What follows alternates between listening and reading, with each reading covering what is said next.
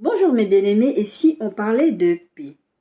Pour parler de la paix, on va définir ce que c'est la paix. La paix, c'est un nom féminin et selon le dictionnaire de Robert, ce sont des rapports entre personnes qui ne sont pas en conflit. Synonyme, c'est accord numéro 2. Ce sont des rapports calmes entre citoyens, absence de troubles, de violence. Souvent, quand vous voulez parler des ténèbres, vous n'arrivez pas à définir, par exemple, les ténèbres. Vous allez dire les ténèbres, c'est l'absence de lumière. C'est un peu pareil ici. La paix, on a des fois du mal à la définir. On va dire c'est quand il n'y a pas de trouble, quand il n'y a pas de conflit, quand il n'y a pas de guerre, quand il n'y a pas de violence. Pourquoi on est en train de parler de paix? Pourquoi on est en train de définir la paix? La paix avec qui? Et la paix pourquoi, en fait? Nous vivons dans un monde chaotique où chacun essaie de trouver son intérêt dans la vie. Chacun, en fait, cherche à être bien dans sa vie de tous les jours. Chacun veut profiter de la vie le plus calmement possible et on cherche la paix. La problématique avec la définition de la paix mondaine, on va dire, c'est un peu la définition que je vous ai donnée, c'est l'absence de trouble, l'absence de violence. On parle par exemple de troubles de voisinage. Vous avez un voisin, il vous casse les oreilles, vous voulez dormir, il met la musique à fond. C'est pas le cas chez moi. Merci Seigneur, ici où j'habite, même déjà où j'habitais avant, c'était pas le cas. Et vous avez des voisins, des fois, ils s'en fichent de savoir qu'ils ont d'autres voisins, ils vivent leur vie. On peut entendre, moi je suis déjà allée dans des endroits... chez mes soeurs en l'occurrence, il y a des voisins, ils se disent pas qu'ils ont des voisins, ils ont leurs ébats, tout le monde entend ce qu'ils sont en train de faire. Ça c'est vraiment ce qu'on appelle un trouble de voisinage. La musique à fond. Bon, après il y a d'autres bruits qui sont comme les bruits des bébés, des enfants, des choses comme ça. Moi perso, ce sont des enfants. C'est la seule façon qu'ils ont de s'exprimer. Donc quand ils pleurent, bah voilà, c'est pas un problème c'est un trouble, on va dire, parce que ça peut embêter d'autres personnes, ça m'embête vraiment, mais bon, c'est un enfant, il s'exprime, donc c'est pas grave. On va parler aussi de troubles dans les ménages, dans les familles, dans les couples. Je vous dis, vous ne vous imaginez même pas ce que certains conjointes font pour avoir la paix dans leur ménage. Il y a des gens qui supportent des choses, des femmes qui supportent des infidélités, des trucs comme ça. C'est un semblant de paix parce qu'ils veulent vraiment pas avoir de conflit. C'est vraiment, ils ne veulent pas avoir de conflit avec leur époux. Et les époux qui se mettent à faire des choses pour leurs épouses. Il y en a qui volent dans les caisses de leur travail, de l'État, de tout ce qui... Parce que la femme, elle veut tellement certains vêtements, certaines chaussures. Pourquoi ma voisine a ça? Pourquoi ma copine a ça? Moi aussi, je veux ça. Donc, pour éviter le trouble dans le couple, le mari va faire des choses. Et la vérité, c'est que l'être humain a une façon de définir la paix, on a un peu vu la définition, qui n'est pas la même que ce dans la Bible, de la façon dont la Bible, je sais même plus, je suis en train de dire n'importe quoi, de la façon dont la Bible définit la paix. La paix selon la parole de Dieu et la paix selon Dieu, ce n'est pas la même chose que la paix dont on est en train de parler là exactement. C'est que la paix telle que je voulais définir, en fait, ça sous-entend une négociation. Je vous ai pris quelques exemples dans les couples, et même il y a même dans des pays, des guerres, on essaie de ce qu'on appelle de ratifier des accords de paix, etc. Mais en fait, la paix telle qu'elle est vue dans le monde, c'est une façon, en fait, tout simplement, de négocier des accords, de négocier des choses pour que chacun y trouve son intérêt, en fait. On va essayer de faire en sorte qu'il n'y ait pas trop de mal. Je parlais de troubles de voisinage, de couple, des choses comme ça, même dans les pays, comme je viens de vous dire. On essaie de trouver un accord qui va faire que tout le monde va s'entendre à peu près bien. Mais chacun va y trouver son intérêt. Mais ce ne sera pas une paix parfaite. Tous les humains, tous les êtres humains, y compris les chrétiens, passent par des temps difficiles. Je vous parlais de monde chaotique. On passe tous par des moments difficiles. Et comme je vous l'ai dit, la paix, telle que le monde voit la paix, et la paix telle que Dieu parle de paix, c'est pas la même chose. Même les riches ont des problèmes avec la paix. Moi, je regarde, quand on regarde souvent les infos, moi personnellement, je regarde des fois les infos, des trucs comme ça. Bon, à vrai dire, je ne cherche pas forcément sur mon fil d'actualité Facebook, des fois, t'apprends telle personne riche s'est suicidée, est morte, overdose. Bon, ils ne sont pas tous comme ça, hein. Mais si vous allez regarder dans tous les foyers des hommes riches, l'argent ne fait pas le bonheur, dit l'adage. Et la vérité, c'est bon, c'est vrai, on va pas se mentir. L'argent aide beaucoup.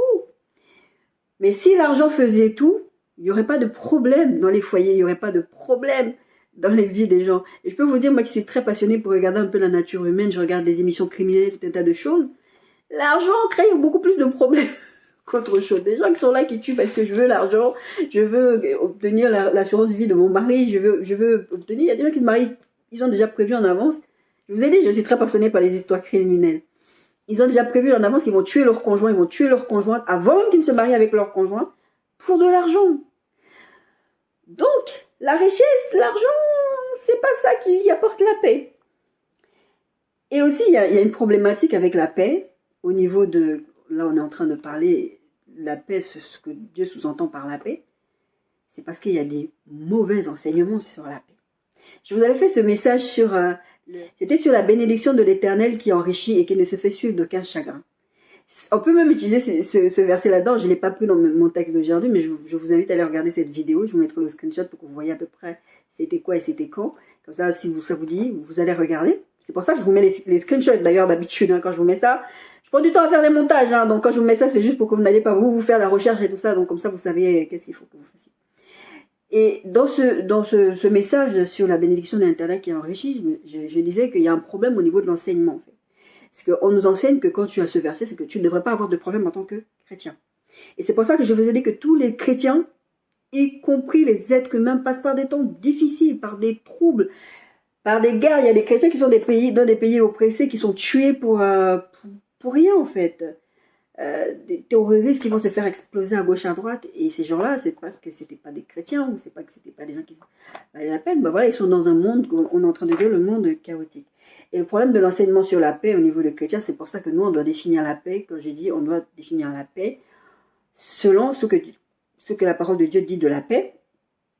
La paix avec qui? La paix pourquoi? On va voir tout ça aujourd'hui. Jean 14, 26 à 27. C'est ça notre texte de base. En fait, le texte de base, c'est Jean 14, verset 27. Mais j'ai mis un tout petit peu avant parce que c'est quand même important de le dire. Mais notre texte de base, en vrai, c'est Jean 14, 27.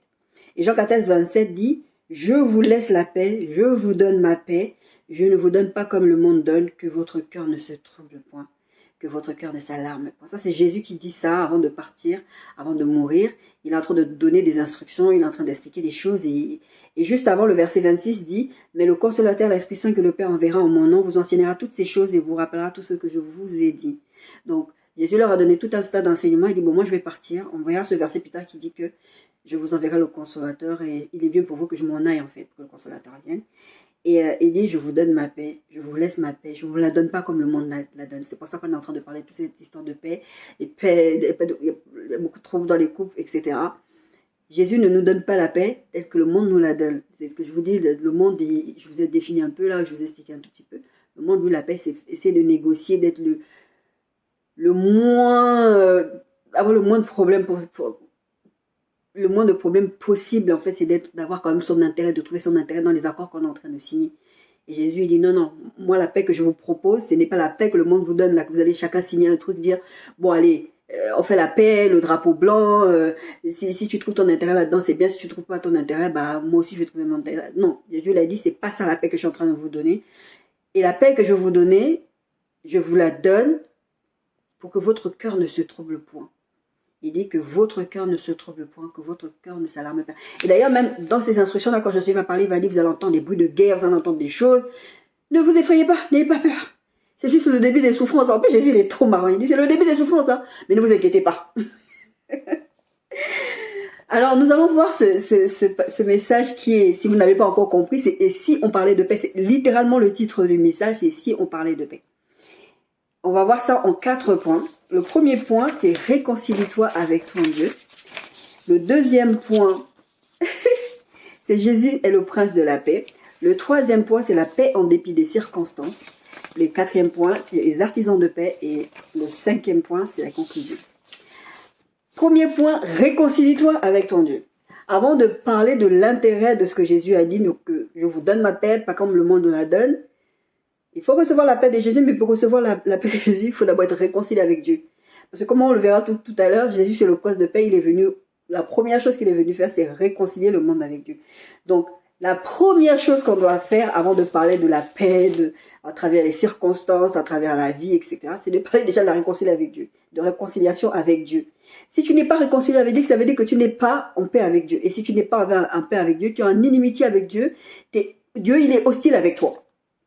C'est pas qu'il ne t'aime pas, parce que la Bible dit que Dieu aime les gens. Mais c'est que tu n'es pas l'ami de... En fait, c'est même pas que tu n'es pas l'ami de Dieu. La Bible dit clairement, tu es ennemi de Dieu. Romains 3, 23 à 26. 23 dit, « Car tous ont péché et sont privés de la gloire de Dieu. Et ils sont gratuitement justifiés par sa grâce, par le moyen de la rédemption qui est en Jésus-Christ. C'est lui que Dieu a destiné par son sang à être pour ceux qui croiraient victimes propitiatoires afin de montrer sa justice parce qu'il avait laissé impunis les péchés commis auparavant au temps de sa patience. Enfin, dis-je, de demeurer sa justice dans le temps présent de manière à être juste tout en justifiant celui qui a la foi en Jésus-Christ. La première chose, je sais qu'on est là, je suis en train de faire un message, je vous dis, on est entre chrétiens. Mais sachez, pour avoir déjà eu l'expérience personnellement sur mes différentes plateformes, il y a des gens en fait qui sont déjà venus commenter, par exemple sur TikTok, c'est pas des chrétiens. Il y a quelqu'un qui m'avait mis une phrase, je ne sais plus si c'était trop laquelle j'avais fini par supprimer quand j'ai fini par comprendre que la personne n'était pas chrétienne. La personne elle disait, votre Dieu, je n'en veux pas. Je parlais des prostituées, là, Dieu aime les prostituées, Dieu aime des gens qui vivent des mauvaises vies. J'expliquais dans quel contexte je disais ça, mais la personne a dit, votre Dieu, j'en veux pas. Et moi, je croyais que c'était, vous savez, des fois, il y a d'autres mouvements religieux qui sont tellement fermés, ils ne comprennent pas la parole de Dieu, les mauvais enseignements. Et la personne m'a répondu, ton Dieu là qui aime les prostituées, j'en veux pas. Parce que les gens aiment trop hiérarchiser le péché, comme je vous dis toujours. Ils sont là, ah, les homosexuels, c'est le pire, le pire, le pire, le pire, le pire. Et il m'avait répondu ça, je me suis rendu compte que c'était même pas un chrétien. À la fin, finalement, pendant que je lui expliquais en fait pourquoi j'avais dit ça, et je disais, bah va voir la vidéo, tu comprendras. Ou sinon, regarde la vidéo, tu comprendras. La personne a fini par me dire, mais je m'en fous ton histoire de Dieu, je suis même pas chrétien. Donc, si je prends ce grand point, réconcilie-toi avec Dieu, c'est parce que tout simplement, tous ceux qui regardent les vidéos chrétiennes ne sont pas des chrétiens. Donc oui, c'est vrai, je m'adresse en général à la communauté des enfants de Dieu, mais je ne suis pas là que pour m'adresser à la communauté des enfants de Dieu. C'est pour ça, dans quasiment tous les messages que je partage, je dis, oui, ça là c'est pour les enfants de Dieu, mais si tu n'es pas un enfant de Dieu, réconcilie-toi avec Dieu. Souvent, je dis ça dans mes messages. Et il dit, tous sont péchés. À la base, on est tous maudits. Ça veut dire on est tous séparés de Dieu. Je vous dis, quand tu désobéis à Dieu, la malédiction là, c'est de désobéir à Dieu. Et Dieu, il y a des conséquences. Ceux qui ont désobéi à Dieu, à la base, c'est Adam et Ève. Et tous les êtres humains qui naissent sur la terre naissent pécheurs. C'est ce que la parole de Dieu dit. Et quand tu nais pécheur, tu es séparé de Dieu. Car tous sont péchés. On a tous péché. On est venus sur cette terre, on est tous pécheurs. Maintenant, il faut être réconcilié avec Dieu. Et la Bible dit, verset 24, et ils ont été gratuitement justifiés par sa grâce. Dieu nous a fait grâce, envoyé Jésus-Christ pour aller mourir sur la croix pour la rédemption, pour le rachat de nos péchés. Jésus, il a fait ce travail, il a dit, ok, je sais que vous, là, vous étiez en train de faire le sang des boucs et des taureaux, vous avez tout essayé, toutes les consignes que Dieu vous a données en vrai. Mais ce n'était pas suffisant, ce n'était jamais parfait. Il faut un sacrifice parfait qui va vous faire entrer dans une autre alliance et qui va être ce qu'on appelle la nouvelle alliance, le Nouveau Testament. Il y avait une ancienne alliance, l'Ancien Testament. Et maintenant, on est dans une nouvelle alliance et ça passe par la foi en Jésus-Christ. En fait, c'est pas simple, c'est pas compliqué plutôt. C'est la foi en Jésus-Christ qui sauve. Premièrement, il n'y a pas à aller faire des œuvres, il n'y a pas à aller se laver le dos, cette fois dans l'eau de je ne sais pas quoi, aller faire je ne sais pas quel acte. Non, si tu crois, tu seras sauvé, la Bible dit. Tu crois en Jésus-Christ, tu donnes ta vie à Christ, c'est tout. La première étape, c'est ça. Le salut, c'est ça. C'est lui que Dieu a destiné par son sang à être pour ceux qui croiraient victimes. Il est devenu une victime parce que, souvenez-vous, je vous en ai parlé dans un message, que Adam et Ève, quand ils ont péché contre Dieu, ils se retrouvent tout nus, ils sont allés essayer de se trouver et de se couvrir eux-mêmes. C'est un peu ce que je vous dis par rapport au péché. Chacun essaie de se couvrir lui-même, on a fait le sacrifice des veaux.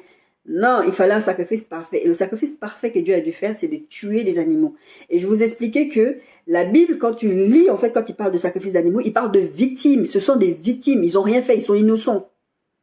Il fallait payer le prix parce que le péché entraîne une sanction. C'est ce que vous devez comprendre. Et quand on parle de paix et quand on parle de péché, vous êtes là, oui, Dieu est amour, tout ça. Non, non, non, non. En fait, nous devons être sanctionnés. N'importe quel pays où vous vivez, vous faites une bêtise, ça entraîne une sanction. Si tu vas voler quelque part, ça entraîne une sanction. Tu vas tuer, ça entraîne une sanction. Même aux États-Unis, je ne sais pas si en France c'est comme ça, mais aux États-Unis, quand tu vas témoigner au niveau d'un procès, et si tu mens à la police, et si tu mens sous serment, en France je sais que c'est sous serment si tu mens, mais aux États-Unis, même à la police, tu mens à la police, ça va te coûter cher, d'accord? Donc les gens qui croient que oui, je mens vite fait, non, non, non, même le mensonge, même les pensées, Jésus il disait les pensées, d'accord? Ça entraîne une sanction, et il faut que quelqu'un paye le prix en avance pour que tout ce que tu vas faire, ça va être couvert. Je vous prends souvent cet exemple, je vous dis, nous là, pécheurs, Jésus qui nous couvre, Dieu ne voit plus nous. Dieu, il voit qui? le sang de son fils. Il voit son fils. Et donc, du coup, voilà. Donc, nous étions destinés à périr, en fait, à être punis, à être sanctionnés. C'est une séparation déjà éternelle, loin de la face de Dieu.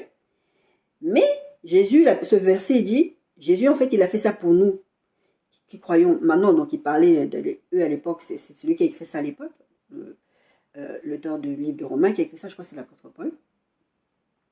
Mais il parle aussi pour nous, qui sommes ici, là, maintenant, en train d'en parler, et il dit que Dieu, il devait être juste, il devait montrer sa justice en sanctionnant. Mais qu'est-ce qu'il a fait? Il a envoyé Jésus-Christ. Il est patient, la Bible dit qu'il est patient, on en a parlé la semaine dernière un tout petit peu. Il a été patient avec cette histoire de l'ancienne alliance. Et encore que, je sais qu'il y en a qui vont dire ici, ouais, on sait comment Dieu il faisait dans l'ancienne alliance, il y a quelqu'un qui faisait un truc, bim, il tue. Oui, mais là on peut tuer plus encore de gens. Romains 1, 18 à 32. La colère de Dieu se révèle du ciel contre toute impiété et toute injustice des hommes qui retiennent injustement la vérité captive. Et ce verset me rappelle un peu l'histoire du blasphème contre le Saint-Esprit. Le blasphémer, c'est une petite parenthèse. Blasphémer contre le Saint-Esprit, je vous l'ai déjà dit à plusieurs reprises, je vous le dirai à chaque fois parce que beaucoup de gens ne comprennent pas c'est quoi blasphémer contre le Saint-Esprit. Et je sais que tout le monde ne regarde pas toutes mes vidéos, vu le nombre de vues que j'ai en plus. Je me plains pas, je m'en fiche un peu. Enfin, je fais ce que mon Seigneur me demande de faire. Le plus important, c'est que ceux pour qui le message est destiné et qui vont vouloir l'écouter et qui vont vouloir le recevoir, recevez, soyez bénis. C'est pour ça que je vous donne souvent des bénédictions. La colère de Dieu se révèle du ciel contre toute impiété et de toute injustice des hommes qui retiennent injustement la vérité captive. Blasphème contre le Saint-Esprit, j'étais en train de vous dire. Blasphémer contre le Saint-Esprit, c'est pas insulter Dieu. C'est pas faire des péchés, d'adultère, c'est pas ça, blasphémer contre le Saint-Esprit. C'est pas dire des choses, ouais, tu es mauvais, non, c'est pas ça. Ça là, le péché ne touche pas Dieu. Le blasphème contre le Saint-Esprit, c'est de retenir la vérité captive. C'est-à-dire que tu connais la vérité, on va lire. Tu sais que c'est Jésus qui sauve. Tu décides que Jésus ne sauve pas. Jésus, c'est une invention des hommes. Je ne veux pas en entendre parler de Jésus. Puis à la fin, tu vas te retrouver devant Dieu. Vérité captive. C'était Jésus c'est Jésus qui est la solution. Tu l'as rejeté. C'est ça le blasphème contre le Saint-Esprit. Parce que quand tu vas mourir, tu n'auras plus la possibilité de revenir en arrière. Ceux qui meurent là, vous faites les prières des morts en disant, oui Seigneur, reçois-le dans ta gloire. Dieu va recevoir personne dans sa gloire. C'est quand tu es vivant là, qu'il faut prendre la décision d'accepter Christ comme sauveur et Seigneur. C'est pour ça que je fais cette première partie de réconcilie-toi avec Dieu. C'est quand tu es vivant là, tu prends la décision, je vais accepter Jésus-Christ comme sauveur et Seigneur. Je me rends compte que finalement, en fait, je suis né pécheur. Je vis ma vie comme si de rien n'était, comme si j'étais maître de ma vie, comme s'il n'y a pas quelqu'un qui m'a créé ou qui a fait en sorte que je vienne sur cette terre. Et je suis en train de le rejeter. C'est ça le blasphème contre le Saint-Esprit. Et le deuxième blasphème contre le Saint-Esprit, c'est ceux qui retiennent la vérité captive. C'est pour ça que je vous mets ces versets-là, qui donnent des mauvais enseignements de la parole de Dieu pour empêcher les gens de se donner à Christ vraiment. Qui vont leur dire des trucs qui vont les éloigner de la parole de Dieu. Et c'est ça le blasphème contre le Saint-Esprit. Verset 19 de Romains 1. Car ce qu'on peut connaître de Dieu est manifeste pour eux. Dieu le leur ayant fait connaître. En effet, les perfections invisibles de Dieu, sa puissance éternelle et sa divinité se voient comme à l'œil depuis la création du monde. Quand on les considère dans son ouvrage, ils sont donc inexcusables. La Bible dit, tout ce qui se passe sur cette terre, tu es capable de voir qu'il y a un créateur. Quelqu'un a fait ça. C'est pas le Big Bang, c'est pas je ne sais pas qui, c'est pas le fruit du hasard. C'est comme si quelqu'un vient devant un immeuble et dit, oh, cet immeuble, c'est insolite, c'est génial, oh là là, c'est sorti de terre tout seul, parce qu'il y a eu une réaction chimique. Vous allez dire à la personne, mais t'es débile ou quoi? Il y a eu un architecte là derrière. Les gens refusent de croire que Dieu est un architecte qui a créé la nature, qui a créé les cellules humaines. Moi, je vous assure, des fois, je vois des trucs dans mon corps, ou quand je vois des choses qui se passent, je dis, Dieu, il est vraiment super intelligent. Oh, il a pensé à tous les détails. Les êtres humains sont en train de découvrir des choses. On a découvert comment faire les téléphones portables. Ils sont en train de faire des choses de plus en plus performantes. On a l'impression que l'être humain il devient de plus en plus intelligent. Mais si vous regardez bien, en fait, l'être humain devient de plus en plus bête. On a accès à beaucoup plus de choses, mais on régresse au niveau intellectuel. On régresse vraiment au niveau intellectuel. Mais tout ça, vous ne découvrez rien, c'était sur la terre. Dieu avait prévu tout ça. Dieu avait vu tout ça en avant. C'est pas parce que c'est pas écrit dans la Bible, oui, l'internet, oui, les téléphones mobiles, oui, ceci, oui, les voitures, que vous pensez que Dieu n'y a pas pensé. Dieu y a pensé et Dieu le sait depuis longtemps. C'est Dieu qui... Vous croyez que quelqu'un se lève le matin, tiens, il est super intelligent, il a une nouvelle idée, il va déposer un brevet et c'est tout. Dieu lui a donné cette intelligence. Si vous regardez dans le livre, je crois dans le livre de Nombre, je crois que c'est le livre de Nombre, à un moment donné, Dieu il dit, je vous chercherai le verset, Dieu il dit qu'il a donné l'intelligence et la sagesse pour construire des choses. Je vous mettrai le verset. C'est Dieu qui donne l'intelligence, la sagesse. Des gens découvrent des trucs, ils pensent que c'est eux qui ont découvert, ils sont tout seuls. Comme un peu, on sait que c'est très controversé de dire que Christophe Colomb a découvert les Amériques. Mais il y avait des gens là-bas. C'est exactement ce qui se passe avec l'être humain. Dieu, il dit, la Bible dit, les perfections invisibles de Dieu, sa puissance éternelle, sa divinité se voit comme à l'œil nu. Vous voyez, mais vous dites que non, c'est pas Dieu, c'est la nature. Mère nature. On a déplacé, on a dit, c'est Mère nature qui a fait ça. La nature s'est trompée, je suis censée être une femme. Bon, allez, je vais parler. Je suis censée être un homme, mais je suis une femme. La nature s'est trompée. Et la Bible dit, vous savez ça. Vous voyez ça. Vous voyez bien qu'il y a un problème chez vous. Mais au lieu d'accepter que vous avez un problème, vous dites que non. Vous rejetez Dieu et vous dites que le problème, c'est autre chose. La Bible dit, ils sont donc inexcusables. Verset 21, puisque ayant connu Dieu, ils ne l'ont point glorifié. Ça veut dire qu'ils n'ont pas rendu sa place de Dieu. C'est exactement quand je suis en train de parler de cette histoire de changement de sexe, il n'y a pas que ça. Hein. Cette histoire de, ouais, dans les couples, on fait comme on veut, échangisme et tout ça là. Vous êtes en train d'insulter Dieu tous les jours dans votre vie, mais vous dites que, wow, on est adultes consentants, on fait ce qu'on veut. Puisqu'ayant connu Dieu, ils ne l'ont point glorifié comme Dieu, ils ne lui ont point rendu grâce, mais ils se sont égarés dans leurs pensées, et leur cœur sans intelligence a été plongé dans les ténèbres. Vous êtes dans les ténèbres, mais vous pensez que vous êtes plus intelligent, vous avez évolué. Parce qu'avant on disait des choses, maintenant on dit quelque chose, donc c'est mieux. Mais les époques changent, on en parlera, les époques changent, mais Dieu lui ne change pas. Hein. Dieu, sa parole reste toujours la même, hein. Dieu ne change pas. C'est vous, là, vous êtes en train de dire, oh maintenant c'est comme ça. Tu vois, avant on disait que ceci, hein. Maintenant on dit que cela. Ils se sont égarés dans leur personne et leur cœur sans intelligence a été plongé dans les ténèbres.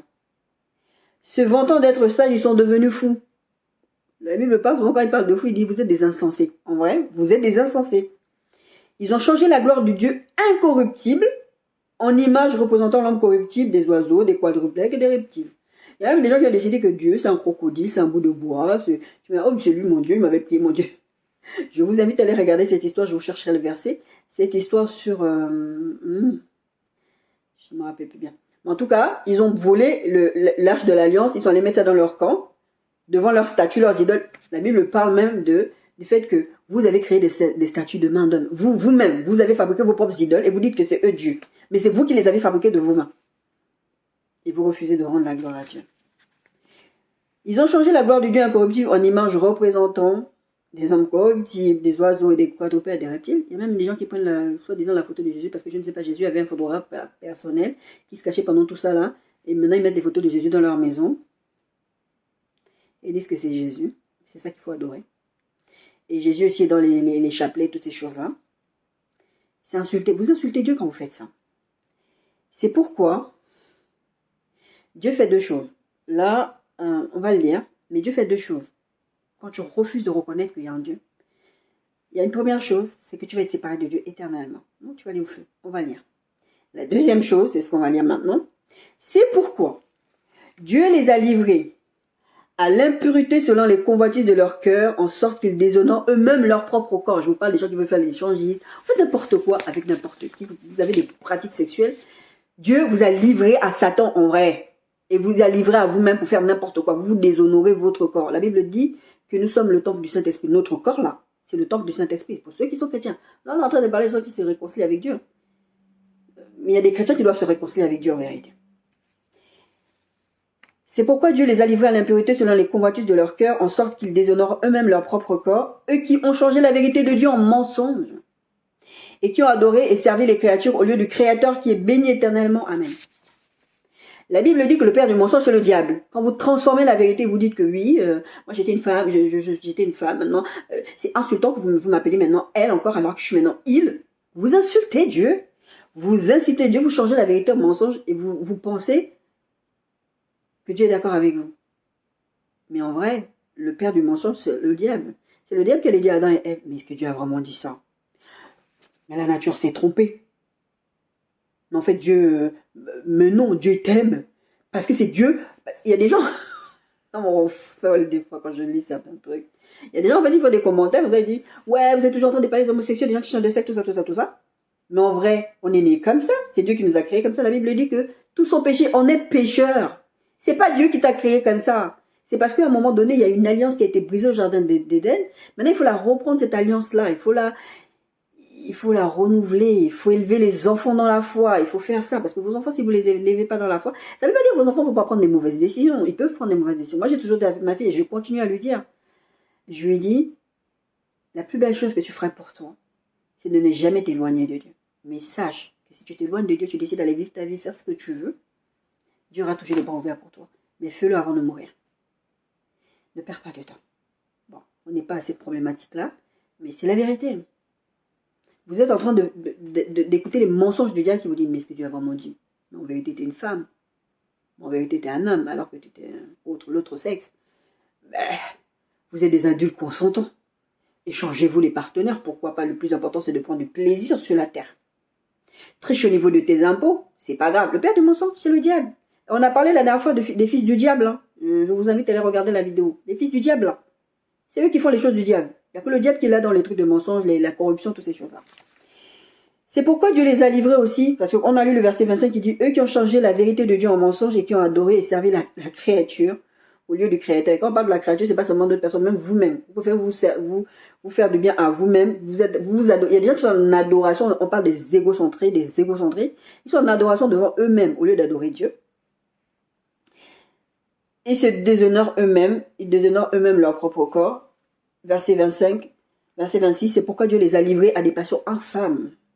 Car leurs femmes ont changé l'usage naturel en celui qui est contre nature.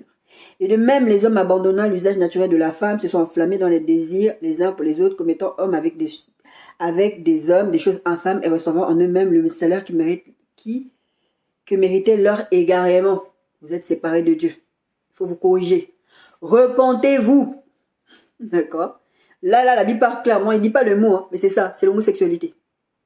Lesbianisme, tout ce que vous voulez. C'est ça là. C'est-à-dire que Dieu, vous décidez que Dieu n'existe pas, vous faites ce que vous voulez, vous allez être livré à vos propres passions. Regardez quand vous êtes livré à vos propres passions, regardez les fantasmes que vous avez dans vos têtes. Vous allez voir que ça, c'est pas de Dieu. Vous avez des idées, il y en a qui ont des idées d'avoir des rapports avec des animaux. Des animaux! Dieu vous a livré parce que vous avez rejeté Dieu, Dieu vous a livré à des passions infâmes. En plus de vous être séparés de Dieu éternellement. Repentez-vous, mes bien-aimés. Et de même, les hommes abandonnants, on l'a lu, verset 28, comme ils ne sont pas souciés de connaître Dieu, comme ils ne se sont pas souciés de connaître Dieu, Dieu les a livrés à leur sens réprouvé pour commettre des choses indignes, étant remplis de toute espèce d'injustice. Là, il a parlé d'immoralité sexuelle. Clairement, tout ce qu'il est en train de dire là, il parle d'immoralité sexuelle. Mais il rajoute, remplis de toute espèce d'injustice, de méchanceté, de cupidité, de malice, plein d'envie, de meurtre. L'envie. L'envie, t'es un chrétien là. Là, on est en train de parler de se réconcilier avec Dieu. Hein. Je parle des païens. Et je parle des chrétiens qui croient qu'ils sont chrétiens. Qui n'ont que l'apparence on a vu la dernière fois, qui n'ont que l'apparence de la piété, mais qui renie ce qui en fait la force. Donc vous aussi, vous devez vous réconcilier avec Dieu. La Bible parle d'injustice, de méchanceté, de cupidité, de malice, de plein d'envie. Vous êtes remplis d'envie. Quelqu'un a quelque chose. Oh, moi je veux la femme de l'autre. Oh, l'herbe est plus verte ailleurs. Ou le mari de l'autre. Des femmes qui disent Dieu m'a béni, j'ai pris le mari de quelqu'un. Non mais j'ai dit, mais quand tu dis ça là, non mais une fois il y avait quelqu'un qui avait mis un remerciement sur une page d'un pseudo-coach internet qui a dit, les femmes, des fois quand on vous dit des trucs, franchement, n'écoutez pas les gens. Hein, parce que moi j'avoue, quand je me suis mis avec mon conjoint, il était déjà marié, il avait une femme, mais c'était moi la femme de sa vie, il me disait de patienter. Finalement, il a fini par quitter sa femme. Voilà, c'était pour témoigner. C'était pour témoigner, pour dire ne lâchez pas l'affaire, gardez, il va finir par quitter votre femme. Mais quand vous... Querelle, ruse, malignité, rapporteur, médisant, impie, arrogant, hautain, fanfaron. Rappelez-vous, je vous ai parlé d'un verset comme ça la dernière fois. Ingénieux au mal, rebelle. Ingénieux au mal, c'est-à-dire que toi, tu es très intelligent, mais ton intelligence, tu la mets à service de trouver qu'est-ce que tu peux faire pour faire le mal. Qu'est-ce que tu peux faire pour trouver une solution pour faire des mauvaises choses. Rebelles à leurs parents, dépourvus d'intelligence. Rebelles à leurs parents. La Bible dit de nourrir ses parents. On parlera plus tard l'histoire de parents. D'accord? On verra cette histoire, parce qu'on est toujours dans l'histoire de la paix. D'accord. Dépourvus d'intelligence, de loyauté, d'affection naturelle, de miséricorde, et bien qu'ils connaissent le jugement de Dieu, déclarant digne de mort qui commettent de telles choses, la Bible dit, j'ai tout ce que je vous ai cité là, c'est digne de la mort, la peine capitale. Une fois le Seigneur m'a parlé de ça, il y a un message que je suis censé faire sur la peine capitale. Vous êtes digne de la peine capitale, la peine de mort. Mais eux, les gens, ils savent, au fond, l'être humain, il sait qu'il n'est pas digne devant Dieu. Mais la Bible dit, non seulement ils le font, verset 32, mais ils approuvent ceux qui le font. Vous avez des gens qui sont là en train de dire, ah non, mais il faut laisser les homosexuels vivre leur vie, il faut laisser tel genre vivre sa vie, chacun vit comme il veut, hein. Non, mais moi je soutiens les gens, moi je pense que c'est important, il faut soutenir les gens dans leur choix de vie. Non, non, si vous aussi vous approuvez des choses comme ça, vous êtes complice des gens, même si vous ne le faites pas, vous êtes complice. Et la Bible dit, vous êtes digne de mort. Réconcilie-toi avec ton Dieu. On est dans ce grand ce grand 1 qui dit, réconcilie-toi avec Dieu.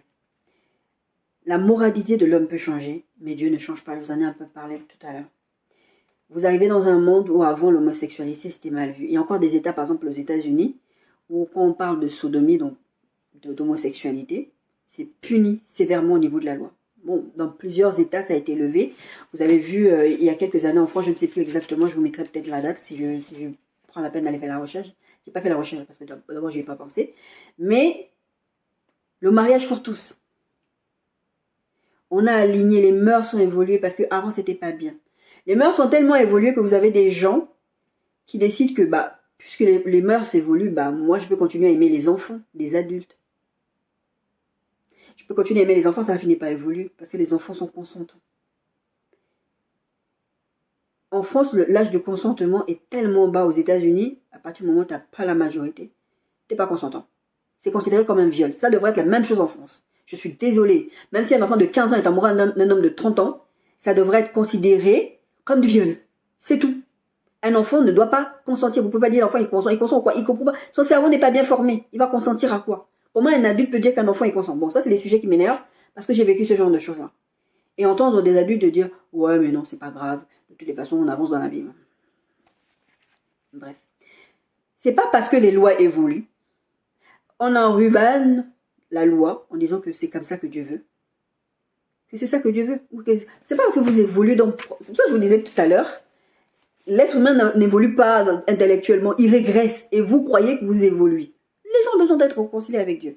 Dieu, lui, ne change pas. La Bible dit en Jacques 1,17 « Toute grâce excellente et tout don parfait descendant d'en haut du Père des Lumières chez lesquels il n'y a ni ombre, ni changement, ni ombre de variation. » Dieu ne change pas. Malachie 3,6 dit ceci « Car je suis l'Éternel, je ne change pas. » Dieu ne change pas. Vous pouvez faire toutes les lois que vous voulez. Dieu est immuable. Il ne change pas. Il a dit c'est comme ça. Vous pouvez être là. Avant, on ne se rendait pas compte, il faut laisser les gens s'aimer. Il y avait un chantre chrétien très connu et ces chants sont chantés dans les églises, même y compris dans la francophonie. Il luttait contre l'homosexualité. Il luttait contre l'homosexualité. Pendant des années, il n'en pouvait plus. Un jour, il a fait un post Facebook en disant j'ai fini par comprendre que je suis né homosexuel, c'est Dieu qui m'a fait comme je suis. Donc, je vais rester homosexuel, je vais vivre ma foi dans mon homosexualité parce que c'est une préférence sexuelle, c'est Dieu qui m'a fait comme ça. Donc, c'est pas parce que tu n'as pas réussi à vaincre le mal, la Bible parle de vaincre le mal par le bien, que ça veut dire que, ah oui, en fait, je n'ai pas réussi. Mais le truc, c'est que si tu es actif dans ce genre de choses, tu nourris ce genre de pensée, bien sûr que tu vas t'en sortir de ce genre de truc. Parce que Dieu, il donne toujours la solution. C'est pas le thème du message ici, mais c'est juste pour un exemple pour dire que c'est pas parce que vous allez changer, il y a des lois. Parce que quand je parle, par exemple, de mariage, souvent, je dis, ça dépend du pays où tu es. Il y a des pays, en fait, la dot est plus forte que le mariage civil. Il y a des pays où, par exemple, la France, moi je vis en France, parce que je sais que je n'ai pas que des gens qui en France qui me suivent. Donc, c'est pas parce qu'en France, le mariage qui est accepté, c'est le mariage civil, le mariage que tu fais à la mairie. Et Dieu bénit ce mariage-là. Donc, si tu ne fais pas la dot, la France s'en fiche. Je veux dire, c'est ça, c'est tout de vos coutumes. La coutume n'a pas de force en France. Donc, si toi tu vas devant un officier d'état civil en disant voilà, on s'est marié à la dot, il va te rire au nez. Ton mari il meurt aujourd'hui, vous avez juste eu la dot. Tu n'as aucun droit. Combien d'histoires dramatiques j'ai lues ces dernières années où les femmes, elles venaient témoigner, mais mariez-vous civilement. Vous n'avez pas besoin de faire des grandes fêtes. Mariez-vous civilement. Parce que mon mari est mort dans un accident, ce sont ses parents, il y a eu des problèmes. Mariez-vous. C'est des trucs comme ça, c'est ce genre de loi. La Bible parle, quand la Bible parle de fruit de l'esprit, dit la loi n'est pas contre ces choses. Il y a des lois comme ça qui ne sont pas contre Dieu. Donc Dieu, il va rien dire. Vous devez juste respecter la loi. Parce que, par exemple, l'auteur du mariage, c'est Dieu. Par contre, le fait qu'il y ait des lois et que les gens évoluent, les lois comme sur le mariage pour tous, des trucs comme ça, c'est contre Dieu, clairement. À partir du moment où c'est contre Dieu, c'est contre Dieu. Vous pensez que ça change, mais Dieu lui dit, moi je ne change pas. Hein. Chez moi, là, je ne bouge pas. C'est vous qui changez. C'est vous. Vous prenez du, excusez-moi, vous prenez du CACA, vous l'enrubanez, vous mettez dans une belle boîte, jolie boîte, vous décorez, vous mettez des fleurs autour. Ça reste du CACA. Bon, j'ai pas envie de le dire. Ça reste du CACA. Ça reste ce que c'est. Ça pue en plus. Donc, arrêtez de croire que parce qu'il y a des lois, ça reste du CACA. Mais la bonne nouvelle, on est en train de parler de se réconcilier avec Dieu. La bonne nouvelle, c'est que Dieu a envoyé Jésus-Christ pour nous réconcilier avec lui. La Bible dit en Jean 3,16 que Dieu a tant aimé le monde qu'il a envoyé son Fils unique afin que quiconque croit, je vous parlais de la foi tout à l'heure, ne périsse pas. Donc ne soit pas séparé. Quand la Bible parle de ne périsse pas, c'est ne finisse pas en enfer en fait. Mais il est la vie éternelle, en fait, la vie éternelle auprès de Dieu. Romains 5, 1, 8 à 10. Étant justifiés par la foi, nous avons la paix avec Dieu. Être réconcilié avec Dieu, c'est avoir la paix avec Dieu. Par notre Seigneur Jésus-Christ. Mais Dieu prouve son amour envers nous en ce que lorsque nous étions encore des pécheurs, Christ est mort pour nous. Mais bien aimé, Jésus, il a fait le travail. Il n'a pas attendu que, je vais aller mourir à la croix quand les gens vont se réconcilier avec Dieu. Là, je vais aller mourir à chaque fois à la croix. Parce que des fois, dans les prédications, vous avez l'impression que les prédicateurs, ils vous disent qu'il faut que Jésus aille chaque fois mourir à la croix, vous mettre le poids de la culpabilité. Non, Jésus, il a fait une bonne fois pour tout. Pour que tu sois réconcilié avec Dieu, pour que tu sois en paix avec Dieu. Il a fait avant même que toi, tu ne saches que tu voulais être en paix avec Dieu.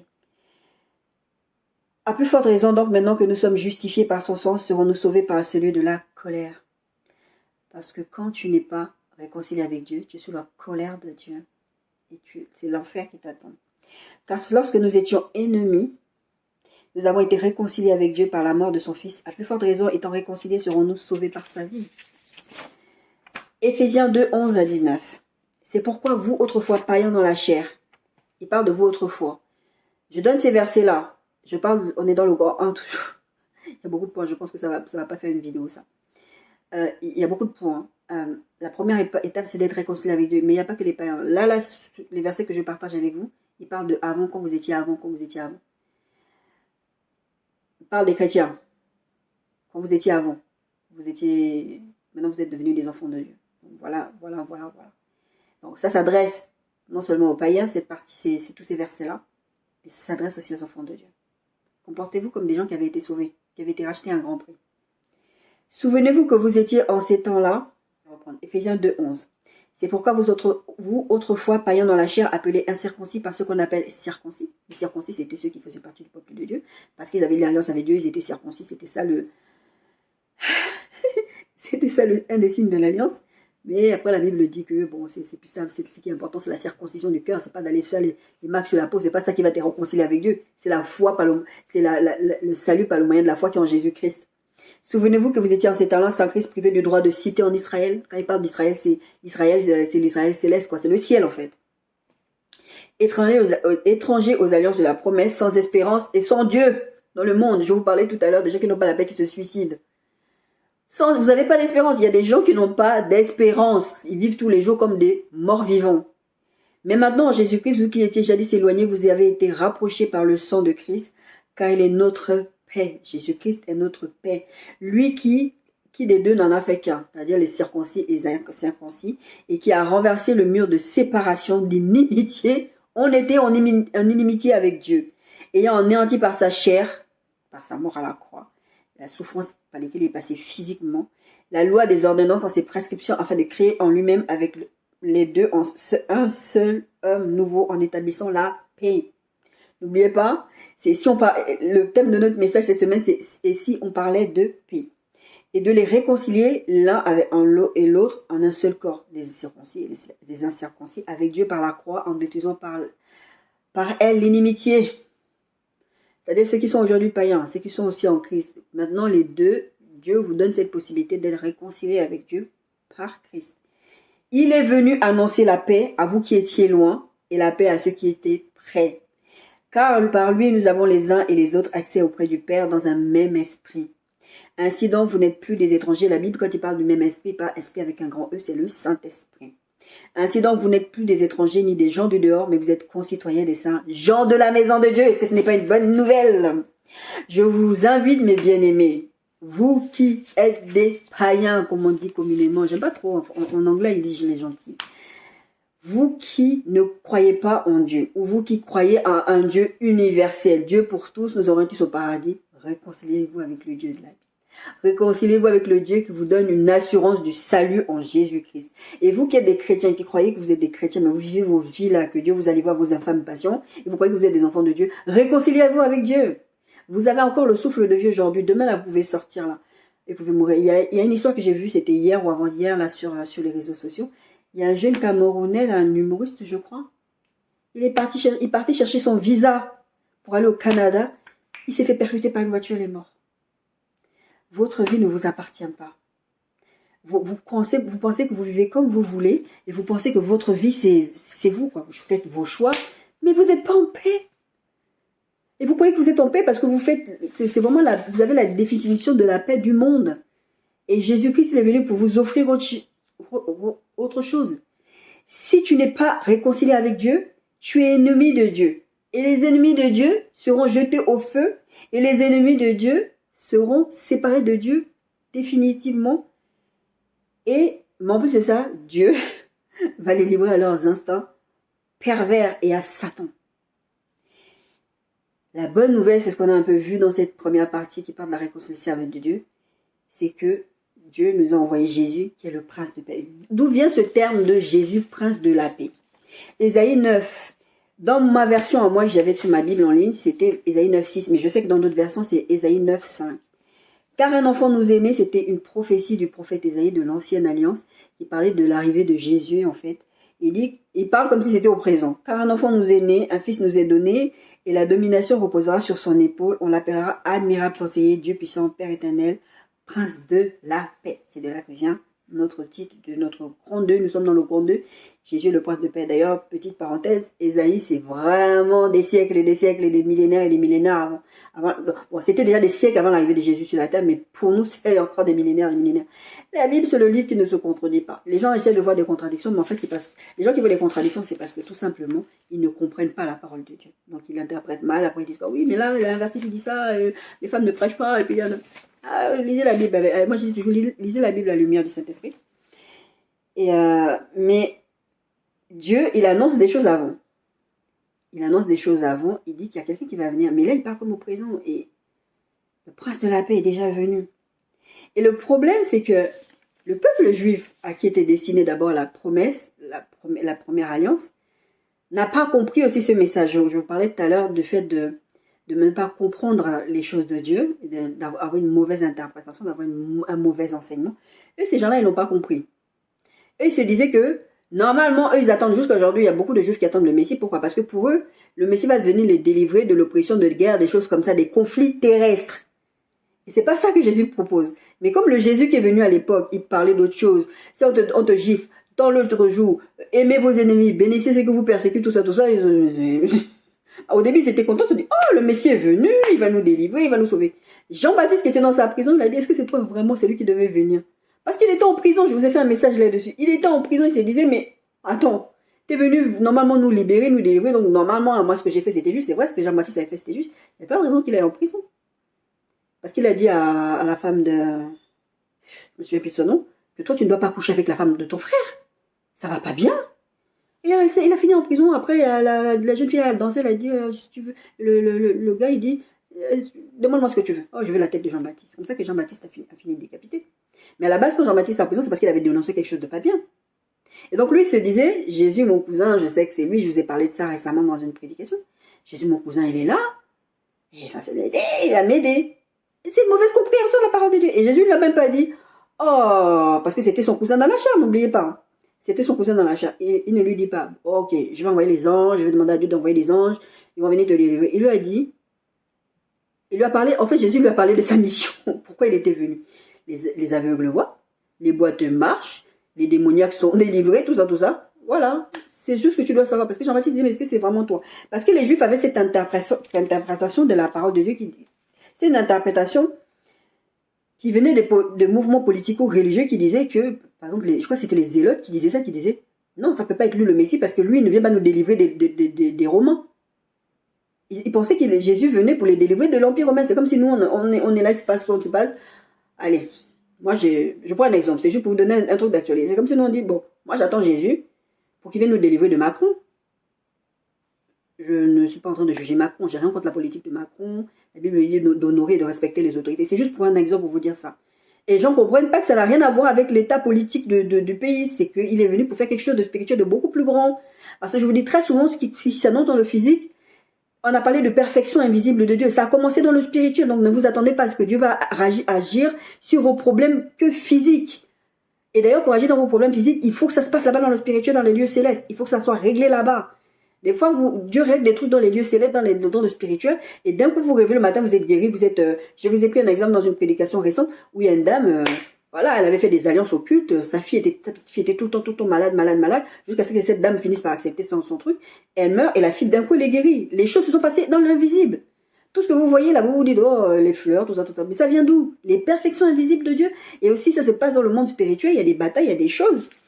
Et du coup, eux, ils croyaient ça. Et ils pensaient que, en fait, le Messie, parce que c'est ce qu'ils attendent jusqu'à maintenant, le Messie allait faire un peu comme Moïse est venu délivrer le peuple d'Égypte. Eux, ils pensaient que c'était quelqu'un qui allait venir comme ça, les sortir de l'oppression, voilà. Et d'ailleurs, le Seigneur m'avait parlé de ça d'une fois dans un rêve, il m'a parlé de ce qui va se passer entre la Palestine et Israël. Et à un moment donné, le Seigneur me dit, non, c'était même pas la Palestine, il me parlait pas de la Palestine, il m'a dit, dans un rêve, enfin c'était même pas dans un rêve, j'étais en train de m'assoupir ou j'étais en train de m'endormir, je ne sais plus ce que c'était. Il me dit, Israël, en fait, ce qui va se passer, c'est que ils vont signer des accords, on parle de paix, ils vont signer des accords avec un peu tout le monde, parce qu'il y a beaucoup de gens qui détestent Israël pour plein de raisons, enfin, je ne vais pas revenir dessus, je ne suis pas là pour ça. Et il dit, Israël va signer des accords avec un peu tout le monde, peut-être fatigué, c'est parce que le Seigneur me dit s'ils étaient fatigués, hein, mais en tout cas le Seigneur me dit, il va signer des accords, mais ils vont se faire avoir. Parce qu'ils vont penser que c'est moi que je suis dedans. C'est un peu ça l'histoire d'attendre le Messie, penser que le Messie allait faire ça. Et ils vont penser que moi je suis dedans, dans leur signature, mais ils vont se faire avoir. Et c'est comme ça qu'ils vont avoir des problèmes. La paix, ce n'est pas ça. Et donc ce peuple-là, ils attendent ça. Et quand la Bible a annoncé que le prince de paix allait venir, eux se disent que c'est ça. C'est venir régler les problèmes avec les gens comme un peu le peuple d'Égypte, comme je vous ai dit, qui les oppressait. Donc c'est ça que Jésus devait faire. Mais ils n'ont pas compris que c'était autre chose. C'est la réconciliation avec Dieu. La Bible dit que en fait, Jésus n'est pas venu arrêter les guerres. Jésus n'est pas venu arrêter les guerres. La première chose que Jésus est venu faire, comme on a vu, réconcilier-toi avec Dieu, c'est instaurer la paix avec Dieu d'abord. Romains 5, 10, car si comme nous étions ennemis, nous avons été réconciliés, on l'a lu tout à l'heure ce verset, mais je vous prends juste la partie 10.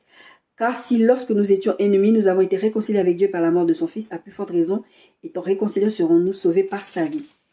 Jean 10, verset 28, c'est ça, non, je vais quand même prendre la partie du verset 27. Mes brebis entendent ma voix, je les connais et elles me suivent. Je leur donne la vie éternelle et elles ne périront jamais et personne ne les ravira de ma main. La première chose, c'est ce que Jésus est venu faire. Le prince de paix, c'est ce qu'il est venu faire. Il est venu d'abord réconcilier l'être humain avec Dieu. Ensuite, Jésus, qu'est-ce qu'il fait? Il nous envoie le Saint-Esprit. On a parlé un peu de l'Esprit. Quand je vous ai dit, c'est avec un grand E. Il nous envoie le Saint-Esprit qui va nous guider dans les voies de Dieu tous les jours. En gros, le Saint-Esprit, le travail du Saint-Esprit, c'est de nous garder réconciliés avec Dieu jusqu'à la fin. C'est-à-dire que vous pouvez vous embrouiller avec quelqu'un. Vous vous réconciliez tout de suite là. Mais demain, vous pouvez encore vous embrouiller pour une autre situation. Avec Dieu, c'est pareil. Quand on est en train de désobéir à Dieu, à pécher contre Dieu, en fait, c'est une façon de casser la réconciliation avec Dieu. Mais le Saint-Esprit qui nous a été envoyé va nous garder dans cette réconciliation permanente avec Dieu, apprendre à demander pardon à Dieu, apprendre à confesser. La Bible dit que si vous confessez vos péchés, Dieu est fidèle et juste pour vous les pardonner. Toutes ces choses-là, c'est le travail du Saint-Esprit. Et c'est d'ailleurs le Saint-Esprit qui a préparé nos cœurs pour que nous recevions Jésus-Christ comme Sauveur et Seigneur. De nous-mêmes, on n'allait même pas penser, parce qu'on vit nos vies en pensant qu'on fait ce qu'on veut, et c'est bien, on est bien dans notre vie. Jean 16, 7 à 11. Cependant, je vous dis la vérité. Il vous est avantageux que je m'en aille, c'est le verset dont je vous ai parlé un peu tout à l'heure. Car si je ne m'en vais pas, Le consolateur ne viendra pas vers vous. Et si je m'en vais, je vous l'enverrai. Le consolateur, c'est le Saint-Esprit. C'est vrai que Jésus est appelé le consolateur. Mais il dit, dans d'autres versets, il dit, je vous enverrai un autre consolateur, qui est le Saint-Esprit. Et quand il sera venu, il convaincra le monde en ce qui concerne le péché, la justice et le jugement. Parce que la justice, on parle de paix là. Vous avez une notion de la paix selon l'être humain. Mais là, la Bible parle, il va vous convaincre de péché. Mais le péché selon Dieu, c'est le fait que c'est rater la cible, c'est rater l'objectif que Dieu a prévu. Et c'est ça le péché. La justice, il va vous convaincre de justice. Parce que la justice selon les hommes et la justice selon Dieu, c'est pas du tout la même chose. On peut faire tout un sujet là-dessus, toute une prédication là-dessus. Et le jugement, toujours selon Dieu, pas selon l'homme. Parce que vous, l'homme, vous allez voir quelqu'un qui a fait quelque chose de très mal. Vous allez dire, il mérite la mort. Et Dieu dit, s'il se réconcilie avec moi, il ne mérite pas la mort. Des fois, moi, ça m'a fait du mal de me rendre compte que si un pédophile s'attaque à un enfant, bah, s'il se réconcilie sincèrement avec Dieu, Dieu va lui pardonner. Il y a des choses comme ça que vous avez vécues qui font mal. Vous dites, mais si on fait ses péchés devant Dieu, Dieu va vraiment le sauver. Eh oui. Il devient un enfant de Dieu et la Bible dit, toutes choses sont passées, les choses anciennes sont passées, toutes choses deviennent nouvelles. Il devient une nouvelle créature, ça ne veut pas dire qu'il ne va pas subir des sanctions au niveau de la terre, mais ça veut simplement dire que Dieu, il n'est plus ennemi de Dieu, tout simplement. Et une fois qu'on a fait cette première étape d'être réconcilié avec Dieu et qu'on a parlé du prince de paix, il y a beaucoup de choses à dire sur le prince de paix, mais je ne veux vraiment pas trop durer, je vous ai dit l'essentiel. Et maintenant, quand on a fait toutes ces choses, réconcilié avec Dieu, on sait c'est qui le prince de paix, on sait pourquoi il est venu. Maintenant, le prince de paix qui est Jésus, il va nous donner la paix malgré nos circonstances. Donc le grand 3 que nous abordons, c'est la paix en dépit des circonstances. Jérémie 29, 10, 14 dit ceci. En fait, notre verset qui est important, mais je lis tous les versets parce que c'est les versets après, c'est tout simplement parce que c'est pertinent pour le thème. Mais en fait, notre verset, c'est Jérémie 29, 11 qui dit « Car je connais les projets que j'ai formés sur vous, dit l'Éternel, projets de paix et non de malheur, afin de vous donner un avenir et de l'espérance. » Mais la vérité, c'est que, votre chrétien, je vous ai dit ça en introduction, on est tous dans un monde chaotique et il y a des problèmes partout. Donc, c'est pas ça la paix, en fait, c'est pas ça la paix dont nous attendons une autre paix. Nous attendons une autre paix. Jérémie 29, 11. Car je connais les projets que j'ai formés sur vous, dit l'Éternel, projets de paix et non de malheur, afin de vous donner un avenir et de l'espérance. Vous m'invoquerez. À partir du moment où vous êtes en paix avec Dieu, vous m'invoquerez, vous partirez, vous me prierez, je vous exaucerai. Vous me chercherez, vous me le trouverez si vous me cherchez de tout votre cœur, si tu es en paix avec Dieu. Je me laisserai trouver par vous, dit l'Éternel, et je ramènerai vos captifs. Je vous rassemblerai de toutes les nations, de tous les lieux. Ça, c'est une prophétie, mais c'est une vérité. Et là où je vous ai chassé, en fait, là où Dieu t'a rejeté, il te ramène vers lui. Et je vous ramènerai dans le lieu d'où je vous ai fait aller en captivité. C'était vraiment en contexte, ils étaient en captivité. Il dit, vous là, vous n'êtes pas là en captivité parce que, c'est pour ça que je vous ai mis tous ces versets. Vous êtes allés en captivité parce que vous m'avez désobéi. Vous étiez mes ennemis. Mais moi, j'ai décidé que je vais vous ramener de la captivité. Je vais vous ramener vers moi. C'est le travail du Saint-Esprit de nous convaincre. Mais pourquoi? Mais comment il va faire ça? Dieu, il dit, j'ai des projets de bonheur. Mais comment je vais faire ça? On a vu toutes ces histoires avec le prince de paix qui est venu pour nous réconcilier avec Dieu. Parce que le projet de Dieu, ça a toujours été d'être en paix avec l'homme. Satan a fait un travail de séparation, de nous séparer de Dieu. Mais Dieu, ça reste, son objectif, c'est toujours qu'on soit un avec lui, qu'on soit en unité, en communion avec lui. D'accord? Et il dit, je vous ramènerai. C'est ça toujours le but de Dieu. Je vous ramène au grand 1 qui parle de se réconcilier avec Dieu. Et la paix malgré les circonstances, je vous dis, on est dans ce grand 3 qui parle de la paix en dépit des circonstances. C'est vraiment la paix malgré les circonstances. Ça veut dire que tu es en paix, même dans ta situation pas bonne, difficile. La paix, c'est autre chose. Et un des fruits de l'esprit, le fait que tu reçois le Saint-Esprit, un des fruits de l'esprit, c'est la paix. On va parler tout à l'heure de notre part à nous. Mais la paix, c'est un des fruits de l'esprit. Si toi, en tant qu'enfant de Dieu, tu dis que tu es un enfant de Dieu, tu n'es pas un artisan de paix, on verra ça plus tard. Il y a un problème dans ta définition d'être un enfant de Dieu. C'est la problématique de beaucoup de chrétiens aujourd'hui. Galates 5, 22, 25 dit ceci. Mais le fruit de l'esprit, c'est l'amour, la joie, la paix, la patience, la bonté, la bénignité, la fidélité, la douceur, la tempérance. Si nous vivons par l'esprit, marchons selon l'esprit de Dieu. Si tu vis par l'esprit de Dieu va produire ces fruits-là en toi. Tu es censé produire la paix, l'amour, la joie. C'est pas de dire j'aime les gens qui m'aiment ou j'aime les gens qui me font du bien, mais les prostituées, les homosexuels, les machins, je les aime pas. Non. Si tu ne les aimes pas, tu n'es pas un enfant de Dieu. On en a déjà parlé récemment, je ne vais pas revenir dessus. Jacques 1, 2, 4 dit ceci. Mes frères, regardez comme un sujet de joie complète les diverses épreuves auxquelles vous pouvez être exposés. Sachant que l'épreuve de vos foi produit la patience, mais il faut que la patience accomplisse parfaitement son œuvre, afin que vous soyez parfaits et accomplis sans faillir de rien. La paix en dépit des circonstances. Qu'est-ce qu'il dit l'apôtre Paul? Il dit là, regardez vos épreuves que vous vivez comme des sujets de joie. Sous-entendu que le fait que vous soyez enfants de Dieu, je vous l'ai dit en introduction tout à l'heure, le fait d'être des enfants de Dieu ne va pas nous enlever les problèmes. Le fait d'être des enfants de Dieu ne va pas dire que maintenant on vit que oh, c'est le bonheur, la félicité, on n'a aucun problème. On aura des problèmes. Jésus nous a même promis ça. Et c'est pour ça que je parlais de mauvais enseignements. Jésus nous a promis, vous là, vous m'appartenez, vous allez être persécutés, vous allez avoir des problèmes. Mais prenez courage. C'est ce que Dieu dit, c'est ce que la Bible dit. La paix en dépit des circonstances, c'est ça. C'est de recevoir Jésus-Christ qui est la paix, qui va nous donner la paix malgré les circonstances. Il dit, regardez comme un sujet de joie les épreuves auxquelles vous êtes exposés. Je ne dis pas vos péchés, vos choses que vous faites pour désobéir à Dieu. Ça, vous ne devrez pas être joyeux, vous devez être triste, constrit, demander pardon à Dieu. Mais tout ce que vous vivez là, les attaques, les persécutions, les machins, la Bible dit, regardez-les comme un sujet de joie. Sachant que ces épreuves que vous vivez vont produire de la foi. Et la foi va vous dire, Dieu est avec moi là. Et ça va produire de la persévérance. Vous allez persévérer. Encore une fois, c'est pas persévérer dans les bêtises. Et puis vous dites, oh, je vais continuer à persévérer. De toute façon, c'est pas grave. Je continue à forcer d'aller dans une relation que je ne vais pas aller. Je vais continuer à avoir des rapports en mariage. Et non, vous avez bien compris là où je veux en venir.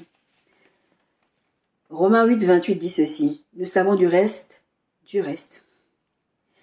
que toute chose concourt au bien de ceux qui aiment Dieu, de ceux qui sont appelés à son dessein. Toute chose. La Bible ne dit pas. Les bonnes choses concourent au bien de ceux qui aiment Dieu, les mauvaises choses, il faut rejeter. On a parlé du fait d'avoir des épreuves qui ont produit la persévérance. Je vous ai regardé la définition de du reste. Selon le dictionnaire de l'internaute, c'est une locution adverbiale qui signifie d'ailleurs, au surplus, cependant, malgré cela. Nous savons d'ailleurs, malgré cela, que toute chose, bonne ou mauvaise, je mets entre parenthèses, c'est pas écrit dans la Bible, concourt au bien de ceux qui aiment Dieu. La Rousse définit le mot tout. Je sais pourquoi j'ai dit ces choses-là, parce que des fois, on est là, on vous raconte que non, les chrétiens ne doivent pas vivre ceci, les chrétiens ne doivent pas, c'est pas normal, c'est pas normal, c'est pas normal. Toute, définition de toute, selon le dictionnaire Larousse, c'est un adjectif indéfini qui exprime l'intégralité, la totalité. Par exemple, il a plu toute la journée, qui exprime l'intensité. Par exemple, il est tout le portrait de son père, qui exprime la grandeur qui veut dire considérable. C'est toute une affaire. Tout. Voilà. Vous avez compris, ça veut dire quoi? Tout. Ça pas un ça. Non, c'est tout. Tout ce que vous allez vivre. Toutes les épreuves, regardez-les comme un sujet de joie complète. Les diverses épreuves auxquelles vous pouvez être confrontés. Jean 16, 32, 33. Voici l'heure vient et elle est déjà venue, vous serez dispersés chacun de son côté. Ça, c'est Jésus qui dit ça. Jésus, il est en train de dire ceci. Voici l'heure vient. Je vous disais, il est en train de parler il est en train de partir et il donne des instructions, etc. Il dit, voici l'heure vient.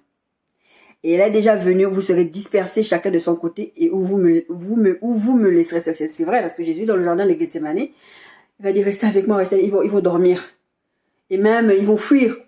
On parle souvent de cette histoire de Pierre qui a renié Jésus, parce que l'oppression est trop forte.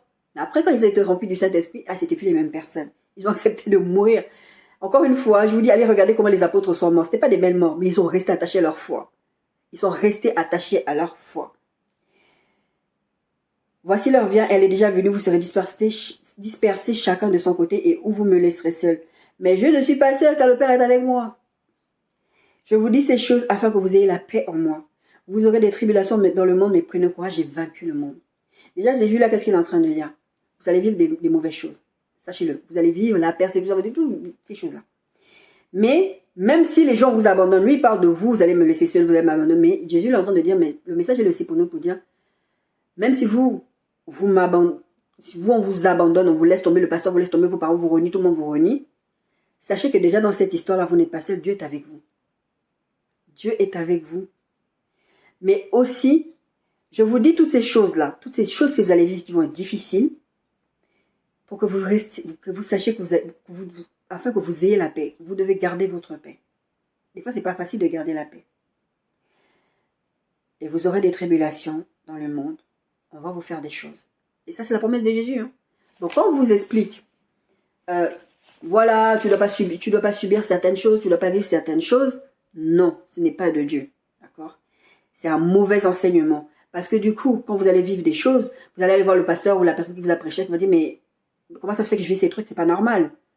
Et vous allez vivre dans un combat, vous allez essayer de faire des œuvres par vous-même, sans penser que Jésus-Christ a déjà tout payé à la croix et le Saint-Esprit est en train de vous conduire, vous dit prends cette direction, vous allez dire que non, parce que c'est pas normal, je devais pas vivre ça, et vous avez des forteresses dans votre tête et c'est difficile à les débunker, parce que vous pensez que la paix, c'est la paix que les hommes donnent, c'est le fait que vous avez fait des accords avec quelqu'un, et puis c'est, faut pas qu'on me dérange, non, et Jésus est en train de vous dire, vous allez avoir des problèmes. Mais je vous dis toutes ces choses pour que vous ne paniquez pas. Notre verset de base, c'est ce que je vous ai lu tout à l'heure. Je vous laisse la paix, c'est Jean 14, 27 qui dit, je vous laisse la paix, je vous donne ma paix, je ne vous donne pas comme le monde la donne. Que votre cœur ne se trouble point et que votre esprit ne se trouble point et ne s'alarme point. Il dit, Jésus, il est en train de dire ça dans ce qu'on est en train de lire. Jean 16, il dit, en fait, ce que je suis en train de vous dire, c'est que vous ne vous alarmiez pas. Quand les situations vont arriver, ne paniquez pas. Je vous dis ces choses, c'est pour ça il dit, je vous dis ces choses, afin que vous ayez la paix en moi. Mais prenez courage et vaincu le monde. Mais bien aimés, nous allons nous arrêter là cette semaine. Nous allons continuer la semaine prochaine. Et la semaine prochaine, nous allons entamer le grand cadre qui sont artisans de paix. C'est notre part à nous. Nous en parlerons. Mais bien aimés, Jésus, il est le prince de paix. Il est venu sur cette terre pour nous réconcilier premièrement avec Dieu. Et deuxièmement, pour nous apporter la paix. Mais la paix dans toutes nos situations. Les choses qui sont difficiles comme les choses qui sont moins difficiles. Mais notre paix, c'est Christ. Christ est notre pain. On a vu récemment dans toute une série où on a parlé de Jésus est notre manne. C'est notre manne au quotidien. C'est lui qui nous donne les instructions quotidiennes. Là, c'est pareil. Il est le prince de paix. Notre paix est en lui. Et bien aimé, si vous n'êtes pas réconcilié avec Dieu, réconciliez-vous avec Dieu. Aujourd'hui, c'est votre jour de réconciliation. La mort est tapie à votre porte. Vous ne savez même pas. Je ne suis pas en train de vous allez mourir. Je suis en train de vous dire tout simplement que vous ne savez pas ce qui vous attend. Vous avez peut-être une longue vie devant vous, peut-être 80 ans devant vous, mais peut-être que vous n'avez qu'une journée devant vous, vous ne le savez pas. Vous devez travailler, on a vu la dernière fois le verset qui parle de travailler à votre salut. Vous devez travailler à rester en paix avec Dieu. Et travailler à rester en paix avec Dieu, c'est de travailler, c'est de rester dans l'obéissance à Dieu, dans la communion, on verra ça plus tard, dans la communion avec le Saint-Esprit, dans la communion avec le Père, d'obéir à ce que Dieu vous demande de faire pour que vous gardiez votre paix. Parce que si vous n'obéissez pas avec Dieu, à Dieu, pendant qu'il vous dit des choses, c'est normal, vous allez être troublé. Vous allez être troublé, parce que vous allez chercher à vous rassurer dans plein de choses. Et ça ne va pas vous faire du bien. Et c'est pas ce que Dieu dit. Dieu il dit, j'ai des projets de bonheur pour vous. Et l'Éternel dit, j'ai des projets de paix pour vous. Et non de malheur. Ça ne veut pas dire que vous n'allez pas avoir des difficultés. Mais ça veut dire que vous avez la paix dans les épreuves et en Jésus-Christ. Soyez bénis.